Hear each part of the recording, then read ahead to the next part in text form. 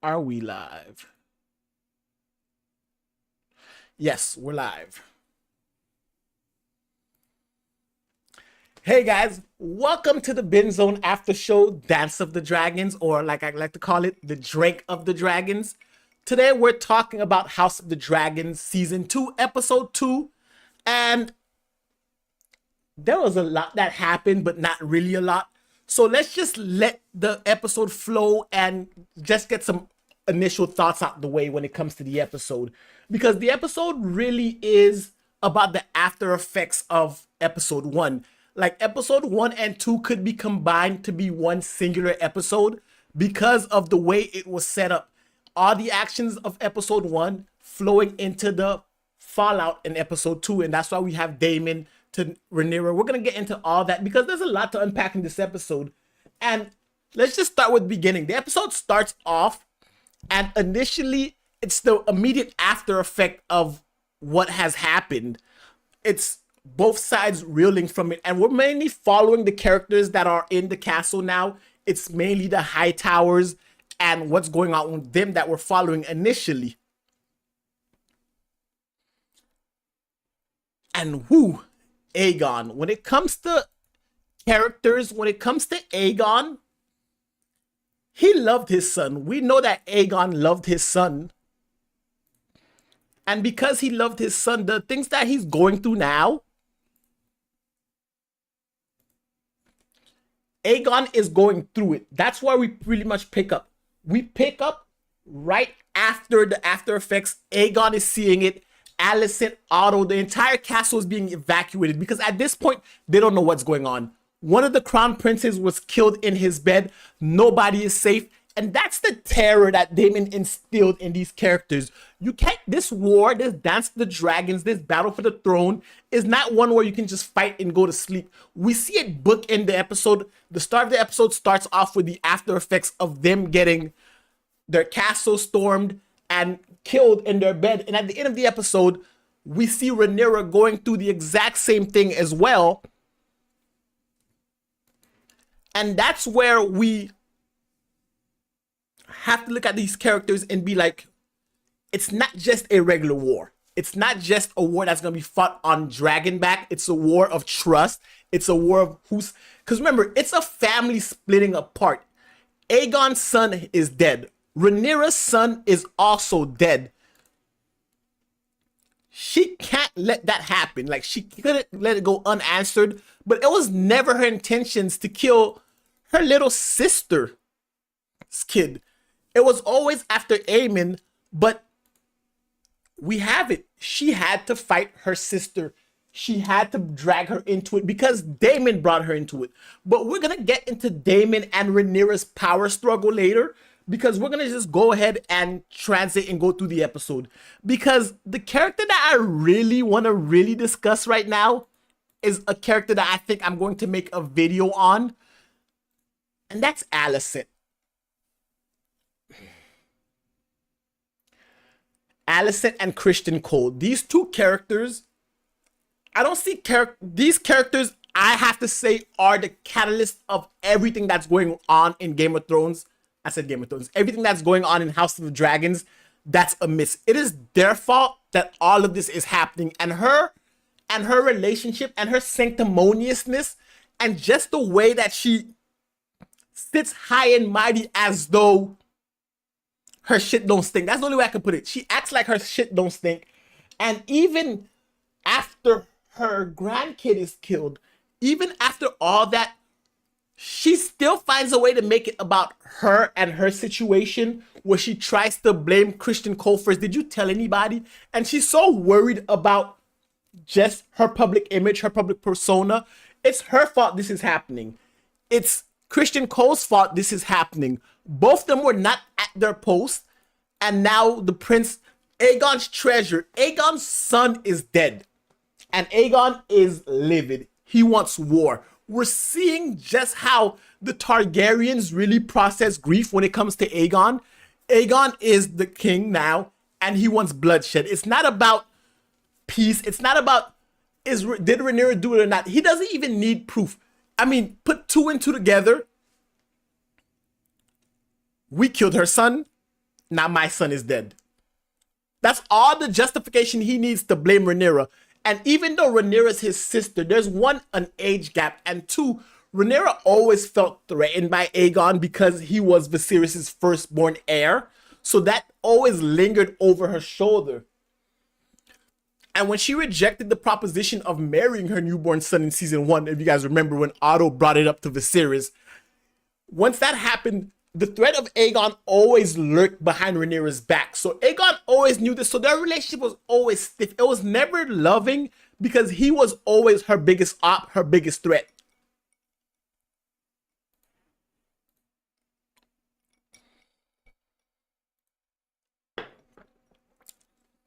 So when he finds out that his son is dead, oh, it's on.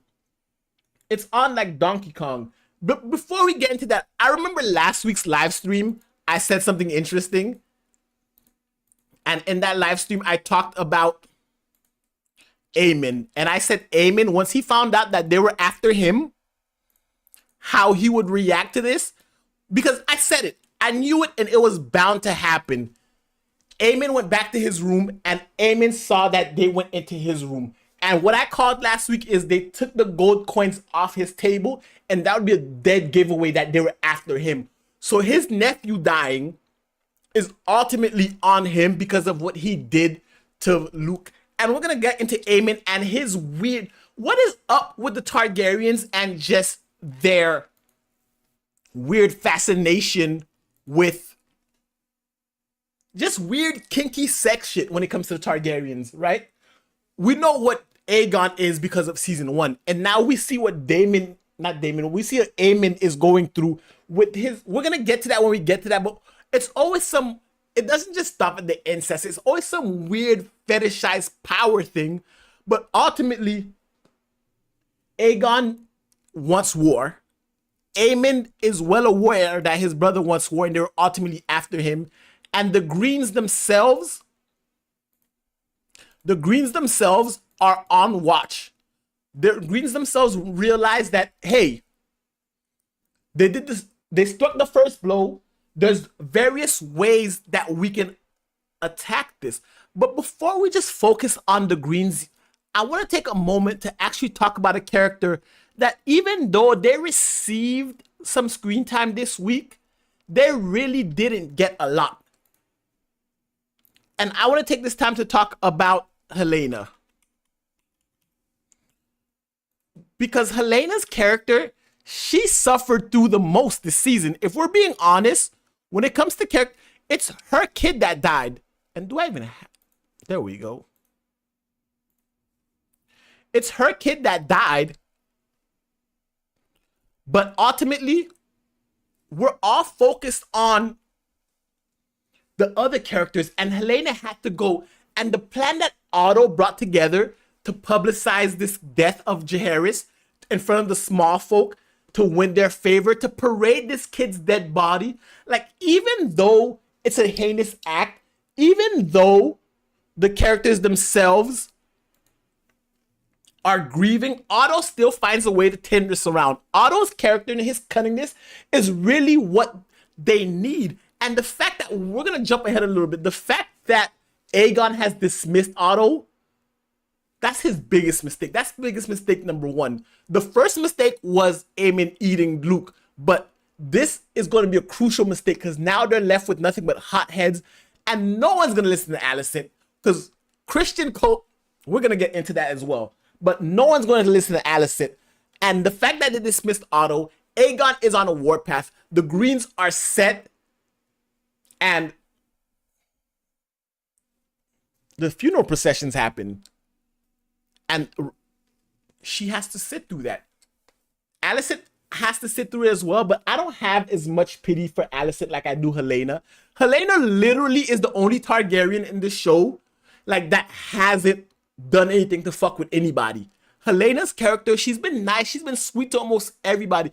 Even her relationship with Aegon, she understands what her brother is, and she has to do what she has to do being her sister bride.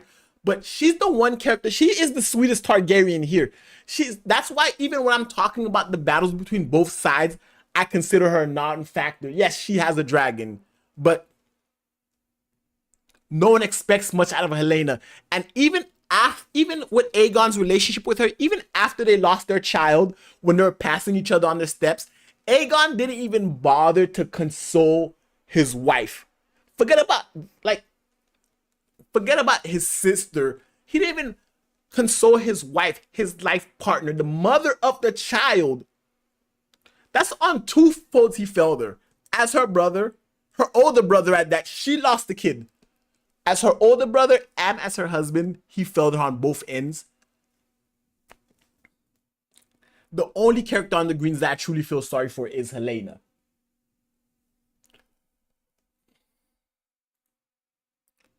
But I do want to take a moment to talk about Blood and Cheese for a second.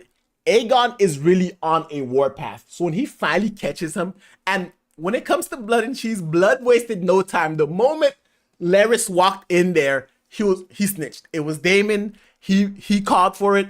He gave up everything. They didn't even touch him yet. And then Aegon came and beat the shit out of him, as he should. You were the guy who insisted on it. And it was him who really did the hacking, all for a cup of gold. And now you think Aegon's just gonna let shit slide?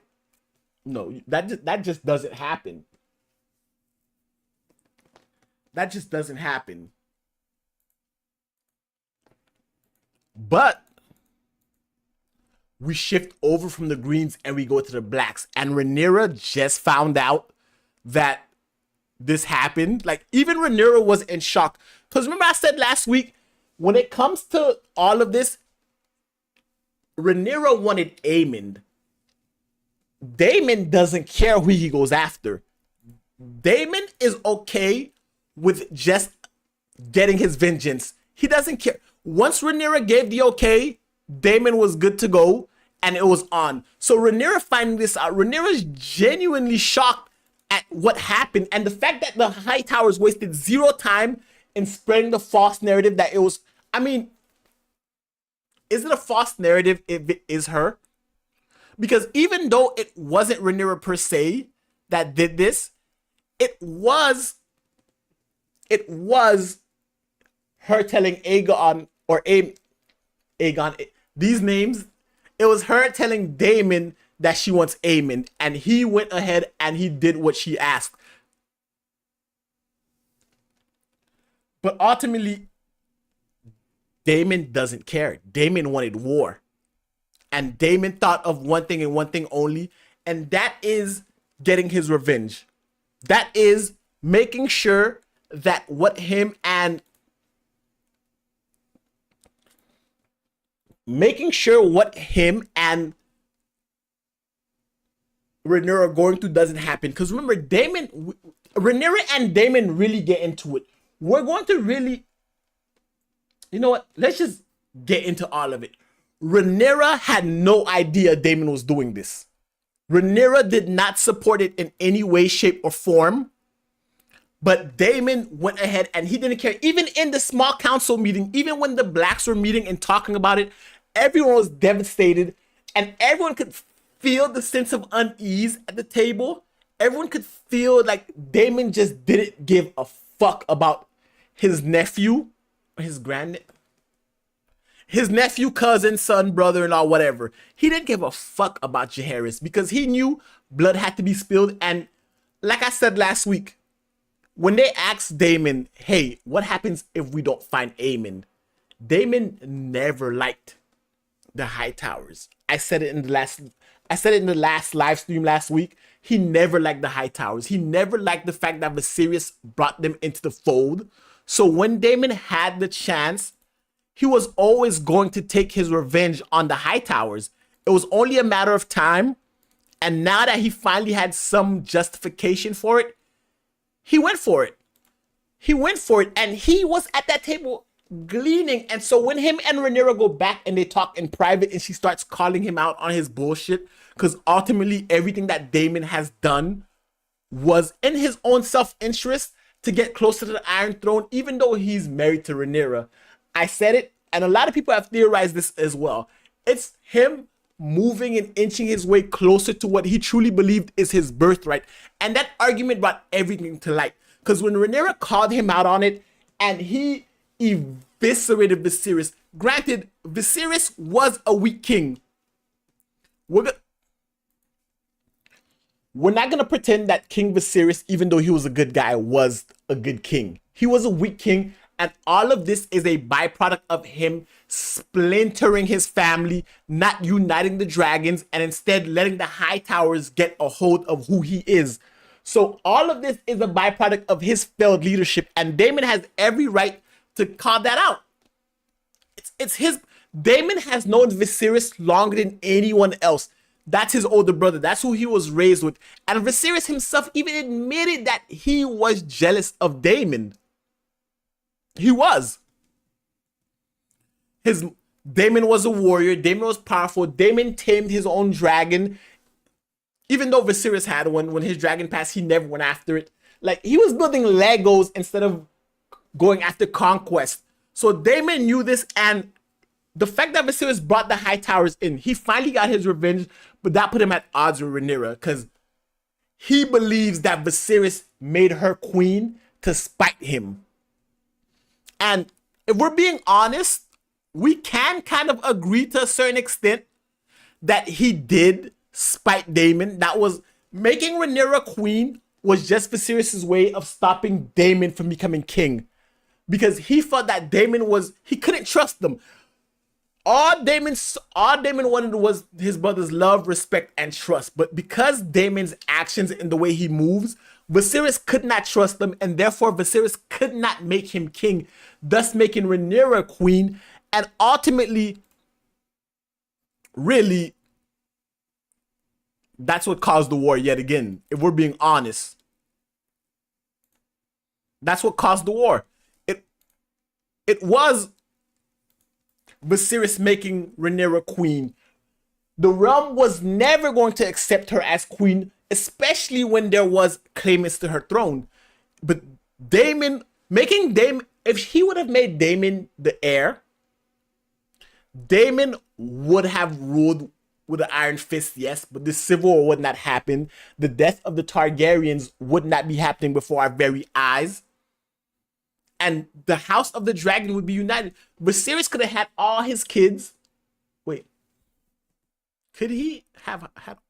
Well, to be fair, Viserys would not have married Alicent in the first place in order to have these other kids as claimants to the throne. So there would have been a time of peace and prosperity for the Targaryens, but ultimately that didn't happen. It never sat right with Daemon. And the fact that Rhaenyra is bringing it up, Daemon doesn't like that.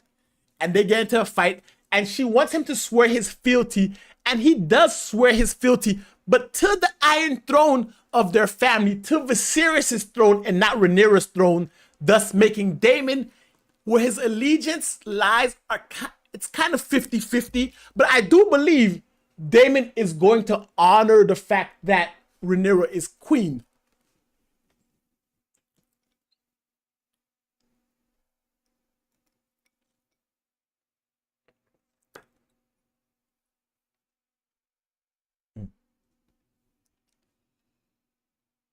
He's going to honor the fact that she's queen, because that's his way. Even though he can't be king himself, because Jacaerys is married to his daughter Baela, that allows him, even though he doesn't get to be on the Iron Throne. Yes, it's Jacaerys. Jacaerys is not a full-blooded Targaryen. Jacaerys is part Targaryen, part strong. But the fact that he is betrothed to Baela and Jacaerys will have a child that is Daemon's grandchild that will sit on the Iron Throne. That is Rhaenyra's grandchild that will sit on the Iron Throne. That is also Viserys's great grandchild, but also Daemon is gonna support Rhaenyra because of his daughter Baela. Baela's child has legitimately the strongest claims to the Iron Throne. She will be the direct daughter, granddaughter, great-granddaughter of Viserys, Rhaenyra, and therefore Daemon himself, uniting his house like Daemon always wanted to. Since the first season, Daemon always saw the dragon as himself, Rhaenyra, and Viserys. Those three should have always been, in Daemon's eyes, those three should have always been the ruling party of the realm. And their granddaughter will be the encapsulation of that. So his allegiance to Rhaenyra is there, even though she's questioning him, even though they're going back and forth, and they are arguing, they are fighting. It's a serious conflict. Daemon will stop at nothing. We see Daemon is willing to kill children. He's willing to kill his own brother's grandchildren to put his own brother's great grandchild on the throne, who's also his grandchild, and therefore kind of doing some weird blood bending and melding of the family to get to where he initially thought it should have been entirely in the beginning. So when he storms off and Baela is talking to Jace, we do learn some interesting stuff. I do want to take a moment to speak about Jace and the complexity of it all, because Jace is Rhaenyra's son. He is next in line for the throne, but he is not Laenor's son. He knows he's not Laenor's son. Therefore, he knows he's a bastard, and he knows Strong is his father. So he knew both father figures, both his father, Laenor, or father, Laenor Velaryon, and his actual birth father, Sir Harwin Strong. He knows both of them. Both of them kind of raised them, and he sits in this gray area where he knows he's a bastard, so he has the chip on his shoulder. He has to try to push past it, but at the same time, he has to be at peace with it. And when he's talking to Baela, and Baela also knows, this is the worst kept secret in all of Westeros. The only person who never, I'm not gonna say never believed it, but the only person who was ignorant of it all was Viserys. And Viserys kind of knew that ultimately it wasn't what he thought it was. But Baela knows, and Baela understands the complexity of it all. And I do want to take some time to talk about Baela, because Baela brought up an interesting point I never thought of. Daemon is a terrible father. Daemon is a terrible husband. Daemon was a terrible king. And she doesn't know if she loves Daemon, because Daemon is twofolds. He's a terrible father, but at the same time, he's a great man. So she has this, it's kind of like she's in the middle as well. And it's weird that the next generation are inheriting the sins of their parents. Baela understands what she must do with Jay. She understands that she has to marry her cousin at this point. He's her stepbrother, but not her real brother. Like, it's a weird relationship, but they are the least related by blood. When Daemon is Rhaenyra's uncle, and that's her father. They are the least related by blood. And they're actually friends. They actually like each other. Unlike Aegon and Helena, they actually like each other. They got to grow up around each other, and they support each other. So she supports him, and she knows his true lineage, but she also knows that their kid will be the one who sits on the Iron Throne. Their kid is going to be the one that unifies this. And once they have a child, that deads all the bastard talk, because that child will be legitimately the grandson of Rhaenyra and the grandson of Daemon, and will have both Targaryen and Valyrian blood and Strong blood. But Jace right now has no Valyrian blood, but their child will have Valyrian blood, so he will have the right to sit on the Iron Throne. That is something they know. That's something they have to reconcile with while they fight this war. And it's heavy. It's weird because it's the next generation that has to wear the heavy toll. Even when it comes to Rhaenyra, Viserys is dead.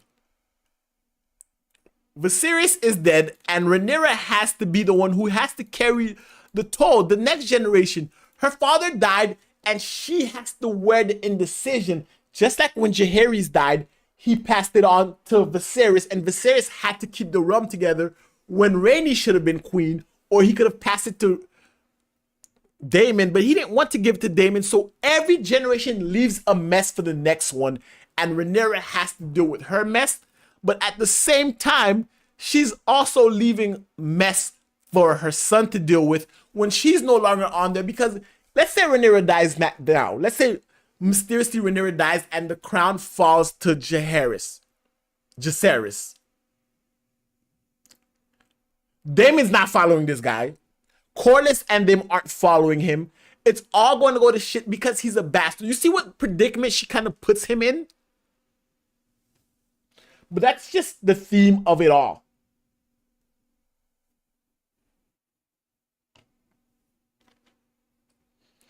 I will save now. Now that I've talked about some of the more interesting characters, I do want to talk about. I want to say who might be the biggest villain on this show, and Kristen Cole.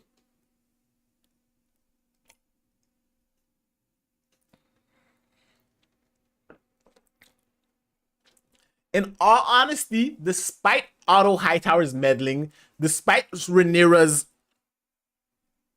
triflingness, despite Daemon's pettiness, besides Viserys' incompetence, the biggest catalyst for the Dance of the Dragons, the biggest reason why all of this is happening is Sir Kristen Cole. The hypocrisy this man knows.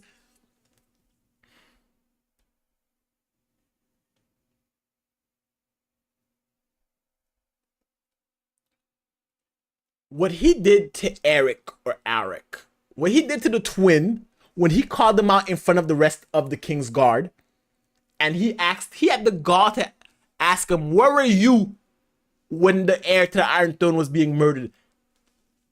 I'm glad Eric looked up and Eric asked them, not just where was I, where were you?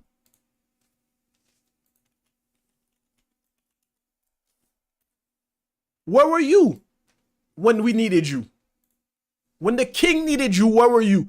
He went and blamed an innocent man because he knew ultimately that he was at fault. But instead of owning it, instead of owning his part, just like when he was dealing with Rhaenyra in season 1, instead of owning his part in it, his sin, no, it's somebody else's fault. He passed the buck yet again.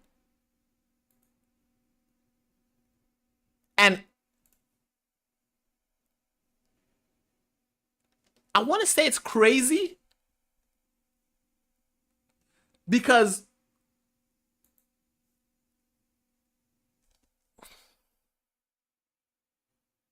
he caused him to he not only besmirched the honor of the queen, he not only did that twice to Rhaenyra and now to Alicent, but he caused these brothers, granted, I'm gonna get into Eric and Eric a little later, because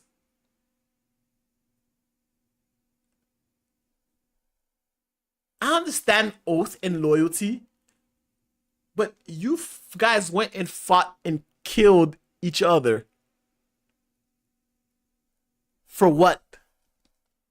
For your loyalty to a family that's fighting and killing themselves? These twins ended up fighting. These twins ended up ruining their lives. That fight between Eric and Eric with an E and Eric with an A.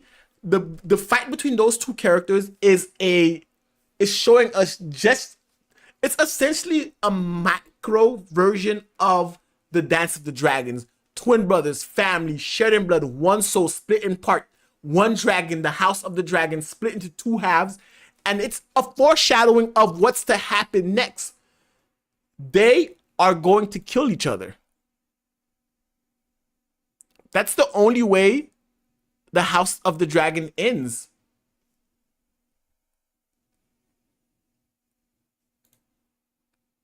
With the two brothers, with the two sides, with the greens and the blacks ultimately killing one another. And the fact that the show is showing these, like, what I like about House of the Dragons, what really makes it a show that should be talked about and is enjoyable, even for those who read the books, What makes it really enjoyable is the fact that it's good storytelling shown on screen. They've showed us time and time again. They're dropping Easter eggs. They're dropping little nuggets showing, hey, this is the end result of this. These two are split apart and now they're fighting. And you know who caused it? Christian Cole. The one Kingsguard caused a rift in these brothers' family, caused a rift in the House of the Dragon, and his hypocrisy knows no bound. He's not gonna stop here. We're gonna get to that little part at the end. And guys, I will be doing a video on Alicent and Christian Cole's relationship. So if you guys are new here, hit the subscribe button because I have a very interesting theory, thought, and just breakdown of not just their relationship, the overall impact that it has on the story, their hypocrisy, and what they did to Rhaenyra, and how they destroyed this woman's life and character, and how ultimately they're destroying their realm because they can't honor oaths. And if you're new here, hit the subscribe button. I will be dropping that video this week, and it's going to be very interesting because we're going to break down from the first season all the way until now everything Christian Cole has done, everything Alicent has done, and everything Rhaenyra has done, and how it pans out in this season and how it's causing this rift and ultimately destroys the House Targaryen.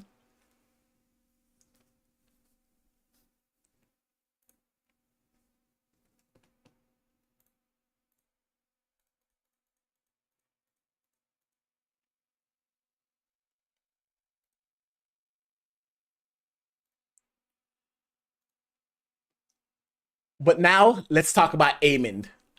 Like I said earlier in my last week's live chat, if you guys weren't there, I said Aemond was going to find out it was originally after him. Aemond knew he did the first blow. He attacked, he killed Luke, and he always thought that they would come after him. But it's this weird warped sense of self that all the Targaryens seem to have.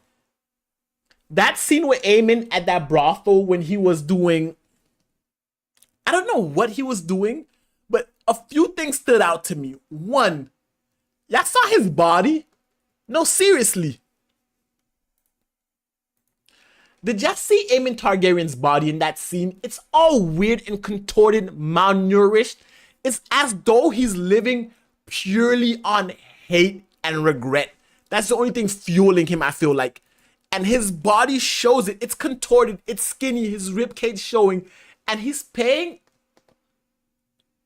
a hooker, but not just any hooker. It's the first hooker to take his virginity when he went to the brothel. She's, at this point, she's old. She's kind of plump. There's nothing wrong with having a little meat on your body, but in that realm, in that occupation, I wouldn't say she's a high earner, but he sits down at her bosoms and he's like a little baby, butt ass naked, sitting at her titty. He looks like he sucks on it and he's pouring out his heart to her and she's consoling him. And she says a very important point that I brought up in my last live stream, but I'm gonna get to that when I get to it. But Aemond is thinking about, but Aemond himself is thinking about just what happened. They came after him and he believes that Daemon sees him as a threat. He wants Daemon's approval. Aegon and Daemon have a weird relationship. Aemond and Aegon have a weird relationship. Viserys named Aemond after his brother Daemon. That's why it's the name. And he tries to be like Daemon. He's trying to be a rogue, brutish prince. Like, he's heard the legends of Daemon. Daemon turned the gold cloak into something. Daemon has won wars.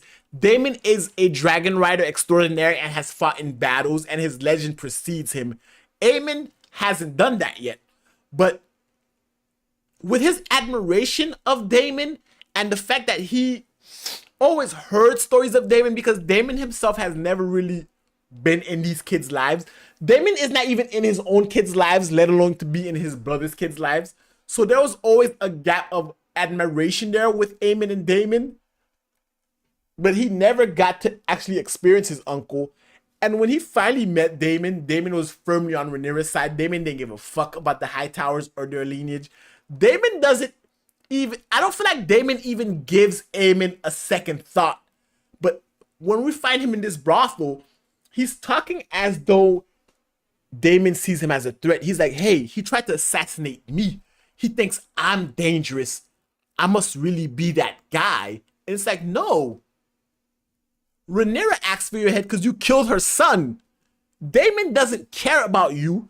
Damon doesn't care about Aegon. Damon doesn't care about Helena. He cares about Otto Hightower and his clutch and his grasp on the Iron Throne. You guys are just a byproduct of his brother's weakness, and he wants them out of there.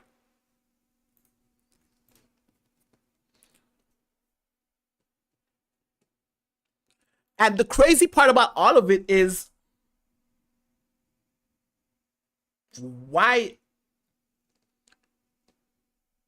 does Aemon show a sense of humility? He does regret killing Luke. That doesn't change my thoughts on him. But at the same time, I also have to think about the fact that Aemon is only 16 years old. Aemon used to get, we forget in the first season, Jace, Luke, and Aegon used to bully Aemon when he didn't have a dragon. They took Aemon's eye, granted, he was being a little shit, he lost his eye, but they took his eye out and his father did not take a stand for him. He suffers second son syndrome. He will never be the heir to the Iron Throne. I mean, granted, there's ways that it could happen with succession and things like that. But because he's the second son, Aegon was heir, and Aegon's son Rhaenyra was heir, and if Rhaenyra dies, it goes to Aegon.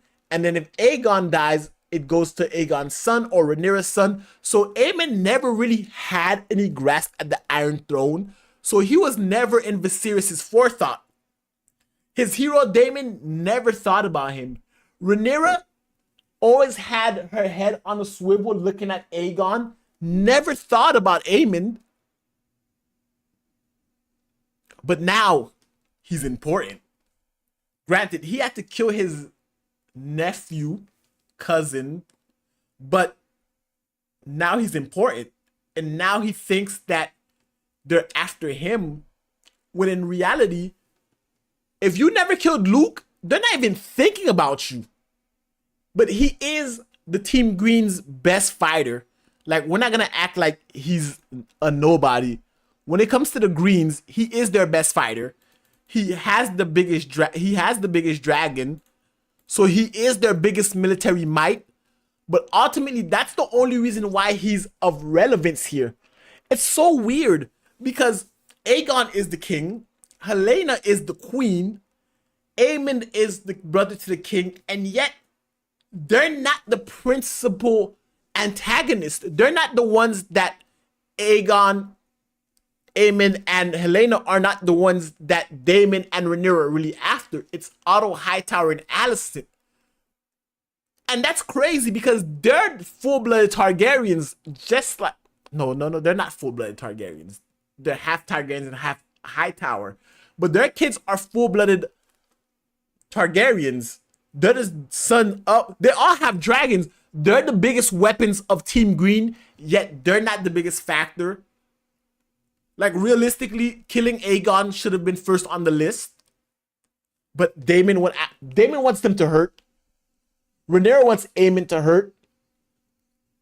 And it's just funny. It's just funny that they're the powerful and they had the message for the common folk, which is another point I brought up. The common folk are playing a big part in this season. They're playing a big part in this conflict because we're watching the common folk turn on Rhaenyra, calling her a defiler.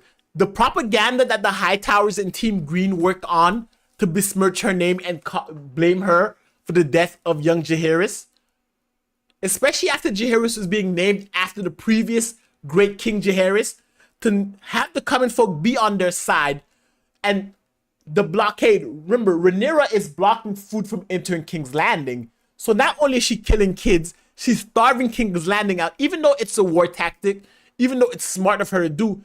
Otto is using this, the Greens are using this as a way to put the small folk against Rhaenyra. And it's working. It's working great. We're introduced to a character named Hugh and his wife, and they're talking about just how hard it is to get by and how the rich are now hoarding the food. And we know what that means. The rich are the people in the Red Keep. The rich are the Targaryens. Remember last episode when Aegon was giving out all the favors to the common folk, and Otto kept coming saying, nah, we're not doing that. Coming back and saying, nah, we're not doing that. But yet, they're starving. The people are blaming Rhaenyra, and Aegon does something that really sets the cause back realistically. And you can't really blame Aegon for it because they killed his son. He's grieving. Aegon is grieving, but at the same time, they catch every rat catcher and they hang them. But rat catchers aren't people.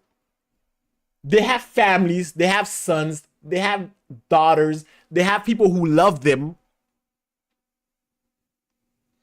But Aegon doesn't care. They killed his son. And he's going to make an example out of them and to show that he's not weak. But that's going to be his biggest downfall. Because that puts him in direct conflict with everything Otto has worked for. Otto Hightower and Aegon have a conflict this episode. And I don't know if you guys have noticed this. Starting back with Game of Thrones, the Hand of the King and the King are always butting heads. And granted, the Hand of the King is the second most powerful person in the realm. His word is the word of the king. But I wouldn't want that position. You're always fighting against the king. You're always looking with your head on a swivel. And ultimately, realistically, the king is going to do what the king wants to do.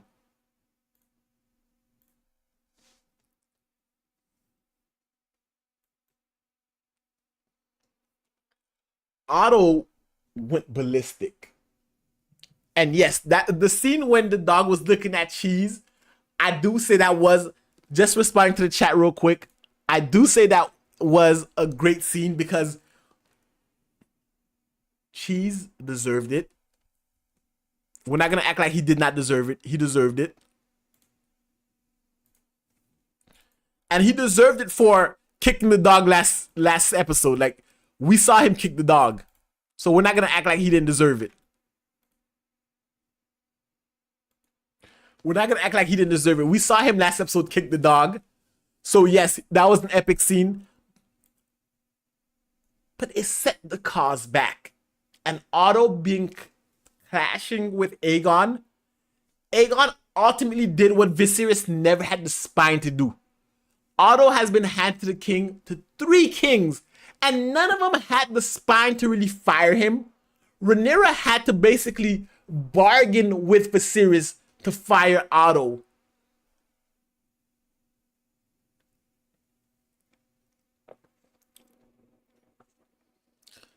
But not Aegon.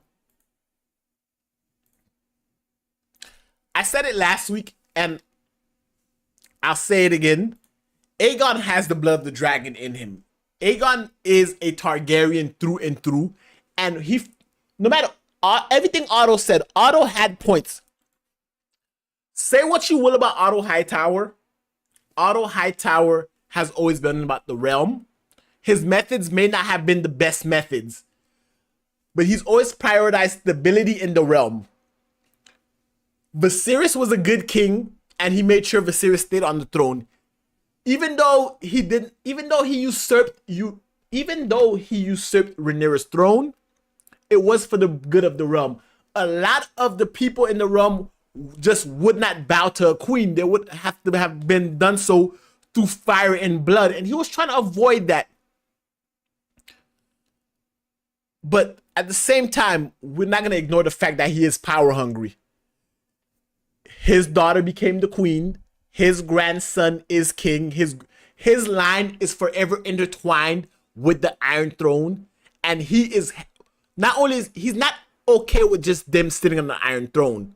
He's not okay with them ruling on their own. he has to be the hand. He has to be the one controlling it all. And that's ultimately where his downside is. You know when someone controls too much and they hold onto the rope too tight? That's Otto. And Viserys, I said this last week and I'll repeat it. Viserys Targaryen was not a true Targaryen. He had the name, he had the blood, but he was not of the blood of the dragon. Daemon, whose blood of the dragon, despises Otto. Rhaenyra, blood of the dragon, despises Otto. Aegon, blood of the dragon, can't stand his grandfather. Fired him. But if I had to choose between Otto and Sir Christian Cole,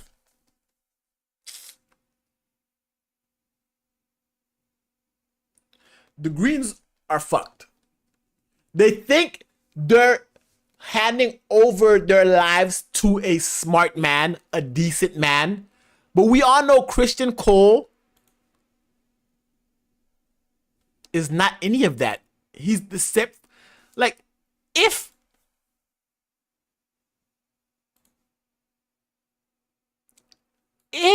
Aegon knew Kristen was smashing his mom, what do you think Aegon's gonna do if he found out? But he doesn't know that, and yet Christian Cole keeps falling upwards. He keeps falling upwards, and now he's Lord Commander of the King's Watch, and he's also Hand of the King. Both of them go hand in hand. And I'm sitting here watching, and you know he has it for Rhaenyra. He blames Rhaenyra for his lack of self-control. He blames Rhaenyra for the fact that he can't keep it in his pants and he likes smashing queens. But now he's going to put Rhaenyra, he's going to put the entire war efforts into killing Rhaenyra. Like even when Otto was talking to him about their plan, and he's like, hold on, what is the plan? You guys are going to do what? You guys are going to send a twin to go act like another twin to... Otto was shocked at the stupidity of their plan. Which is crazy because the plan itself almost worked. The plan itself almost worked, but this is what Christian's gonna do. He's going to focus solely on destroying Rhaenyra.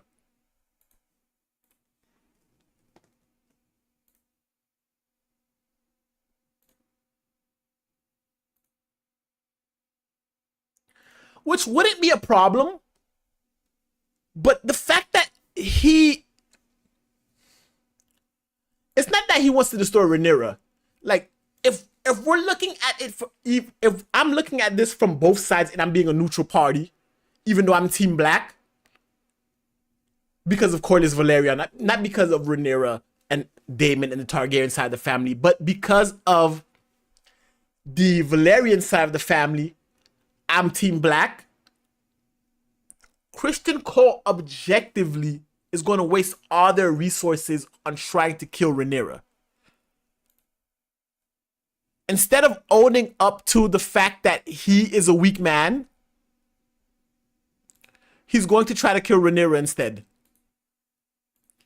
And I believe that that is the greatest mistake that he can do.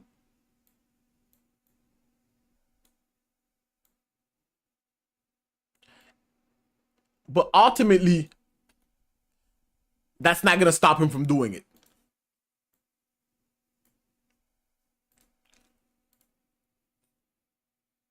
But now that creates a big dilemma, right? Because for some reason, these two sides are fighting. It's the blacks versus the greens. Rhaenyra has the legitimate claim. Rhaenyra also has the most dragons, but yet at the same time, Does it feel to you like Rhaenyra is losing this war? Think about it for a second. The people have turned against her. Granted, some of them are turning against Aegon because of the whole rat catcher thing, but for the most part, the people have turned against her. They already have a king, and realistically, common folk really care about one thing and one thing only, and that's peace and stability. But they know that it is Rhaenyra causing the blockade. Rhaenyra killed the heir, and she's a woman, remember? And don't forget, Rhaenyra has bastards on her side. Like, the small folk are aware of all of this. But while we like Rhaenyra as our favorite character, per se, she is losing this war.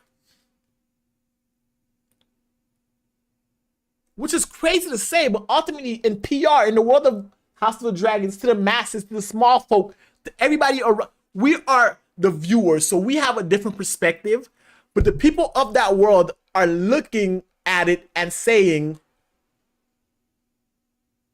why should I support her when she's a woman? The common folk have chosen a side. The realm has chosen a side. Rhaenyra and Daemon and the Valerians are rebels, technically speaking. Even though Viserys named them as heir, they are rebels and they're fighting for their birthright. Speaking of birthright, on this week's episode, we learned and we found out Alan's brother Adam has shown up. And he has black hair. I want to take a second to really look at these two characters. Adam has black hair and Alan is bald. I still say Alan is bald because he cuts off his silver hair. And this week reaffirms my theory. If you guys didn't see my last week's live stream and you guys didn't watch the video on my channel, go check that out, where I think and talk about the fact that Alan may be a secret Valerian and a secret Targaryen. And this episode, this scene right here between these brothers truly encapsulate that. Because Adam says something very interesting to Alan. He says that Corlys owes you. He owes us. Why does he owe you guys? You guys are just regular people. You're a shipwright and he's a soldier in the army. Why does he owe you exactly? Unless, like I said, that's his son. And when it comes to Adam, I saw a few of my comments saying that Adam in the books is the one that becomes the dragon rider. But he has black hair. And the books and the shows never go hand in hand. They twist and do things and change certain characters. So while in the book, it may have been Adam as the dragon rider, and I know Jace and Luke are also dragon riders who don't have silver hair. And we do see a scene in the show where Sea Smoke, Corlys' previous son, flew around Adam, giving us a bigger hint that these guys are Corlys' sons. But he says he owes you, almost as though Adam is excluding himself from what is owed to himself. So if he's excluding himself, it stands to reason that Adam and Alan, yes, are brothers, but only half brothers. Corlys is the father of Alan, but not necessarily the father of Adam. It's a theory, and I do know and I do understand that at the same time, just because you have Targaryen blood doesn't necessarily mean you have white silver hair. We have an example of Rhaenyra's 3 sons, her first 3 sons. And also this episode does bring up something that we really don't talk about a lot, but I think we should. And I think they're going to play interesting characters, because I'm going to get back to these brothers because there's some other brothers I do want to talk about. Where are I do want to take some time to actually talk about the fact that we were introduced to Rhaenyra's other kids this week's episode. We know Rhaenyra has three bastard kids with Harwin Strong. They're Laenor's fake kids. Rhaenyra also had a kid that died at the start of the Dance of the Dragons, that died at the season finale of episode 1. The season finale of season 1. But we are also introduced to two younger kids this episode, her two youngest children with Daemon, the silver-haired babies. Rhaenyra actually has full-blooded Targaryen kids.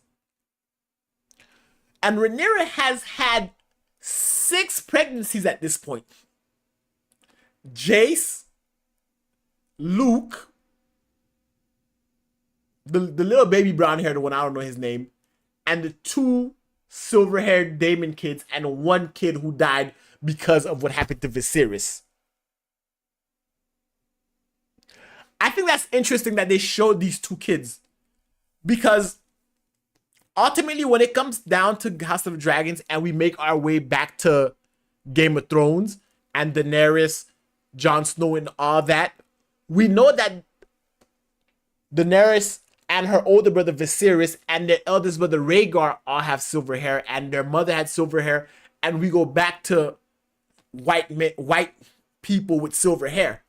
And House of Dragons makes it a point to show the Valerians are dark skinned or either mixed with silver hair. So either the Valerians' blood dilutes so much with the Targaryens, or these kids play a major part in expanding and continuing the Targaryen bloodline. I thought that was interesting. I saw them and it made me think of Daenerys and the rest of them. But getting back to the Valerians for a second,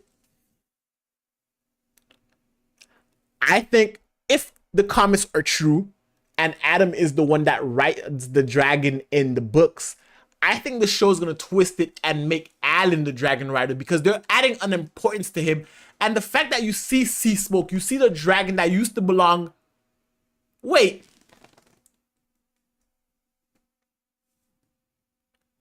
Hold on.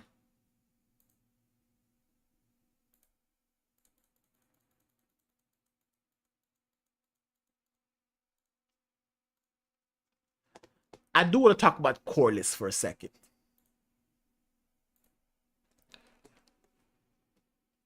Corlys' biological son, his original firstborn heir to the Iron, heir to Driftmark, was Laenor. Laenor never died. Laenor escaped, and his dragon is still alive. And dragon bonds are for life. The reason I'm bringing this up is because we saw Laenor's dragon Sea Smoke flying around Adam, and it's hinting at Adam claiming it. And I'm not gonna lie to y'all, I did some research into Adam, and Adam in the books, straight up, he's the one who rides Sea Smoke. He rides the dragon. He is the dragon rider of Sea Smoke. But in the show, unlike the books, in the books, Laenor dies. In the book, Corlys takes so much more L's than the show. Like, his kids legitimately die. But in the show, Laenor is alive. So Adam can't claim the dragon so long as Laenor is alive. So all that with Sea Smoke encapsulating them and flying around Adam and hinting at the books cannot happen, because they changed his death, which reinforces my theory that Alan is the dragon rider, not Adam this season. Adam he has black hair. The show made him with black hair, when we know they made the black characters with silver hair.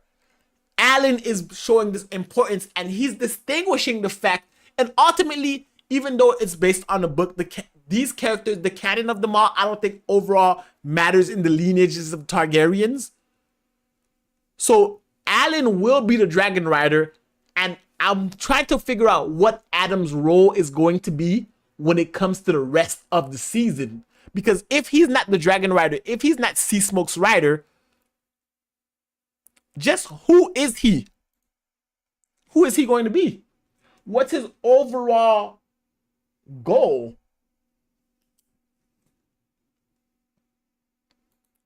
That's really what I'm interested in going forward, because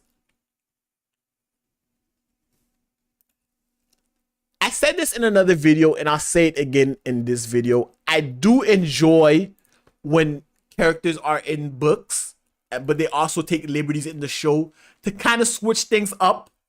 So that way, even though you've read the books and people who have not read the books are also surprised. So I wonder where they're going to go with him and just how important Adam and Alan are going to be this season. But moving on from them, Rhaenyra actually has a talk with the White Worm, and she starts to understand the White Worm a little more. And the White Worm and Rhaenyra share something in common. They both were in love with Daemon.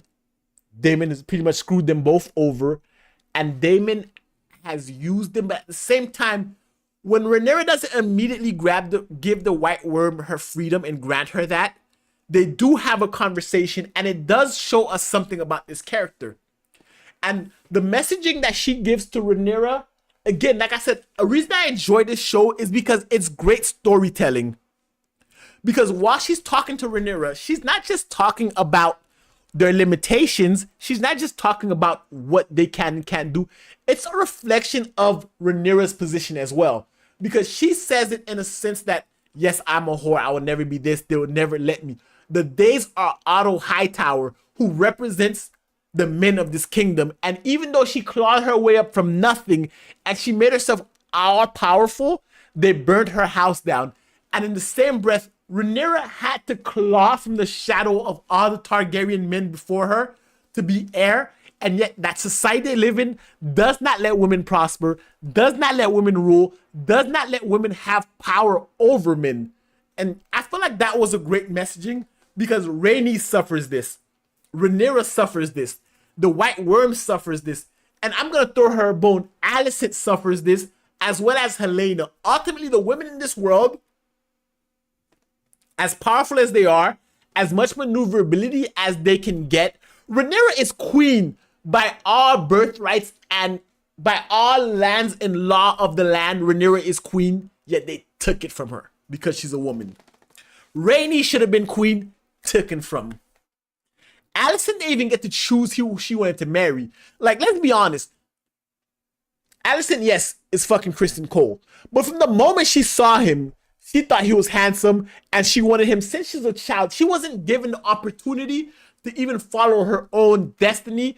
Her father forced her on Viserys, and she had to lay with that man as he decomposed in real time on top of her. Ah! But the White Worm shows that yes, even as women, even no matter how high we climb up, we'll never achieve what the men have.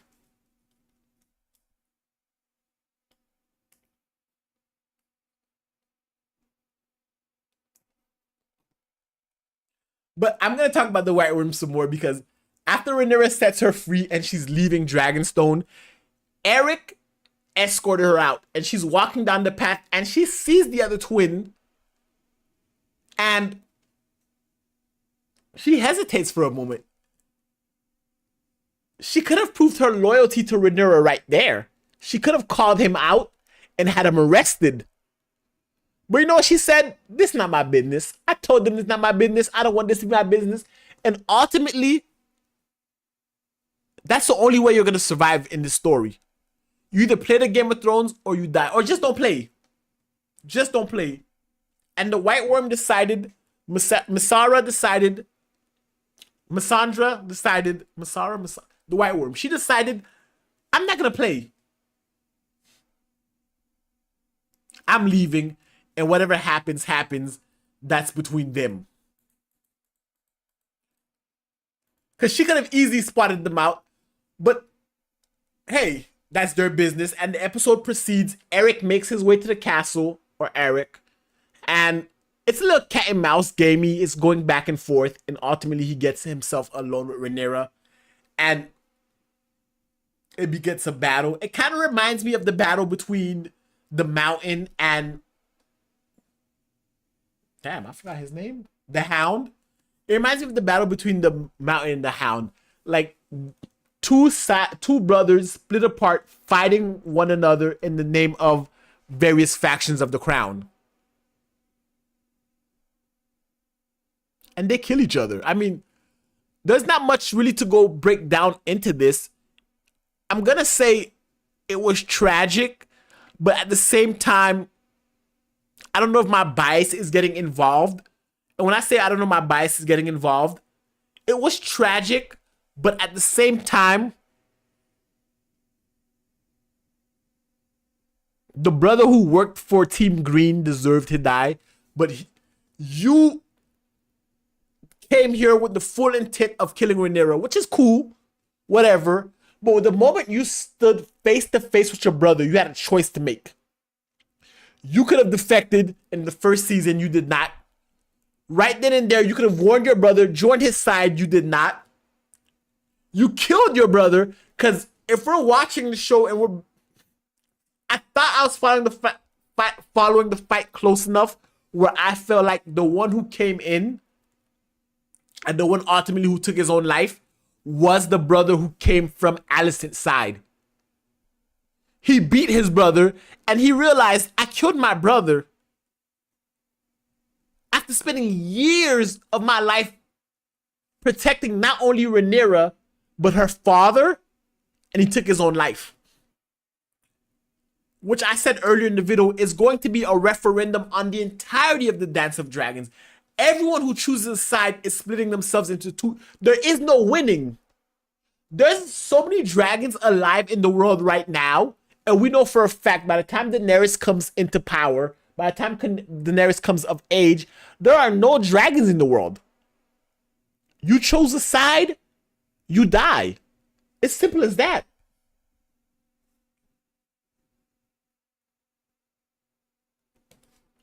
It's simple as that.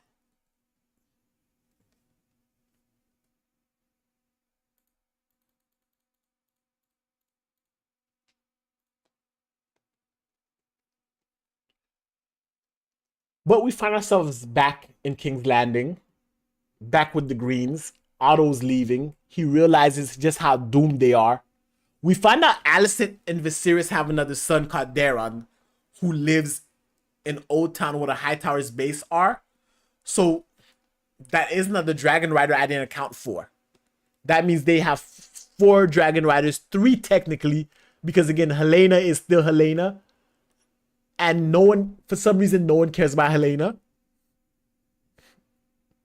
But Otto has a word with his daughter. He realizes just what's about to happen.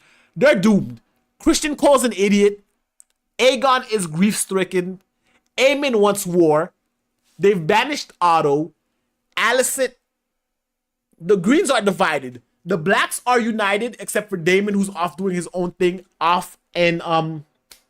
Daemon went to Harrenhal, and he's going to claim glory for himself. He didn't go with an army. He took his one dragon. He's going to claim it in the name of Rhaenyra, and that's going to give him glory, because that's the same thing he did with Viserys.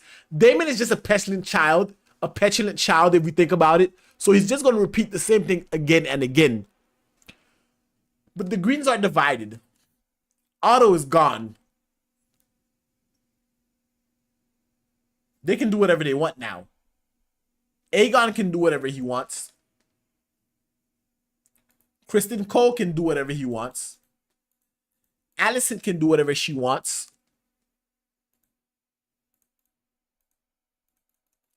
And we know what Alicent wants to do.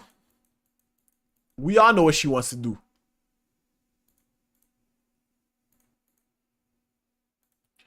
And that's Sir Kristen Cole. Can we talk about the last few minutes of this episode? I think Alicent might have lost any redeeming quality she ever had by behaving the way she does.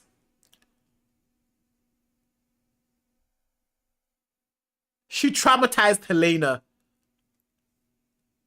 after Helena was traumatized. She found you riding dick.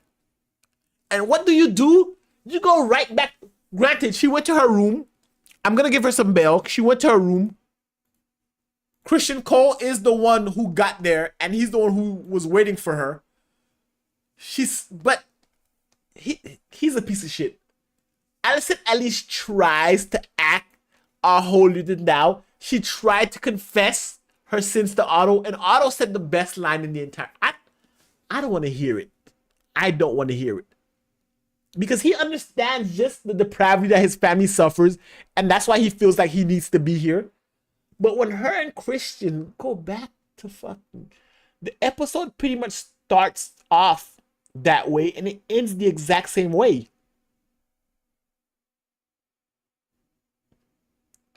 The heir died because you guys were fucking. What if Damon was not done, and why Eric is gone because of Christian Cole, and you guys are back at it again? Otto is gone. Someone else dies. But it doesn't matter. I feel like Christian Cole keeps failing upwards. He somehow went from a regular knight to the head of the King's Guard to hand of the king. Like, you could almost feel as though Christian Cole, even though he feels as though what he's doing is wrong, in the same breath, I feel as though he feels though he's justified. The reason I say he feels as though he's justified is because everything he's doing is being rewarded. Fuck Rhaenyra, become a member of the King's Guard and become head of the King's Guard. Fuck Alicent, become hand of the king. Soon he's gonna think he can sit on the Iron Throne at this point because he just keeps failing upwards. And Alicent keeps using herself, using her religion as a way to justify her bullshit, when in all honesty, she's just jealous. She's small, tiny, jealous, and petty. And she's jealous of Rhaenyra because she wants to be Rhaenyra. She's doing everything that Rhaenyra has done. I want to give Alicent the benefit of the doubt and say that she's just being in charge of her own body, that she's just taking her own agency. But that's not the case. Alicent is trying her best to be Rhaenyra. Alicent is trying her best to copy what Rhaenyra has going on. And but the thing is, the difference between Alicent and Rhaenyra is that when Rhaenyra was being promiscuous, the only thing she did was jeopardize her own claim and stake to the Iron Throne. The only thing Rhaenyra did was make people question her legitimacy. She never caused anybody to die. She never invoked the gods in her bullshit. The hypocrisy of Alicent knows no bounds, and ultimately it is between her and Christian Cole. Those two are the reasons why this war is happening.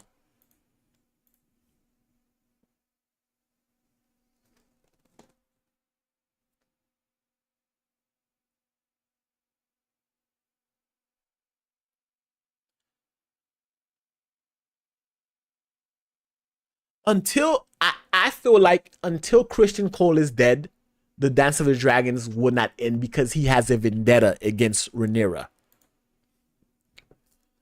More so than Alicent, more so than anybody else, it is Christian Cole's sole obsessive nature over Rhaenyra, and that is why the Dance of the Dragons is occurring. He deems himself worthy to be with a queen. He deems himself worthy to be with a princess. And the reason I say that is because he was with Rhaenyra. He asked Rhaenyra to marry him. When that did not work, he is now with Alicent. He is now engaged in relationships with Alicent, the current queen. And that's because he sees himself on that level. He has a sense of self-grandeur that he's fighting with. His internal struggle is the fact that he wants more, and the fact that he can snatch queens, he can bag queens. He thinks he deserves more, and now that he's hand of the king, he falls upwards and he feels justified in his crusade. And that's what makes Christian Cole the most dangerous character on this show. And the war will not end until he's dead and his one-man vendetta against Rhaenyra is over.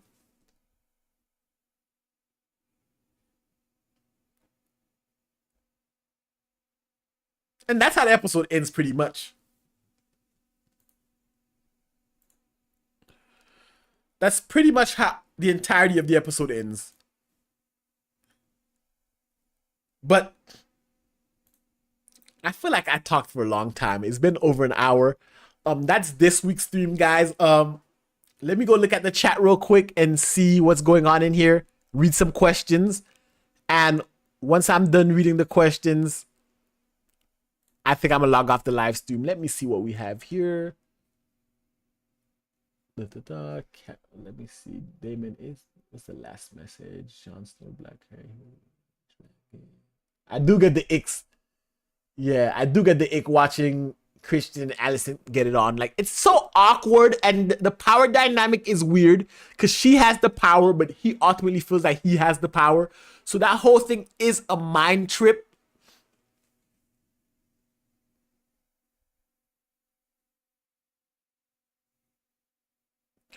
Yes, Jon Snow was able to ride a dragon with black hair. So it's going to be interesting.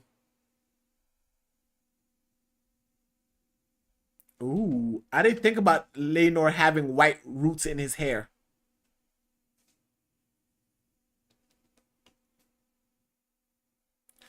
When it comes to the pit bulls, I'm just going to give it to, like, it's not as bad as the Starbucks cup, but I feel like they could have cleaned that up. But guys, that's it for this video. That's it for this live stream. Thank you for tuning in. Next week, same time, House of the Dragons. I will be dropping a video on Alicent and Christian Cole this week. I will have another video on House of the Dragons and a few more shorts. So stay tuned for that. Hit the subscribe button. Hit the share button. Let people know about the live stream because we'll be doing this every week. And we go deep into the episode. But guys, that's it for the live stream. That's it for this video. Hit the thumbs up. Give it a subscribe. And until next time, binge.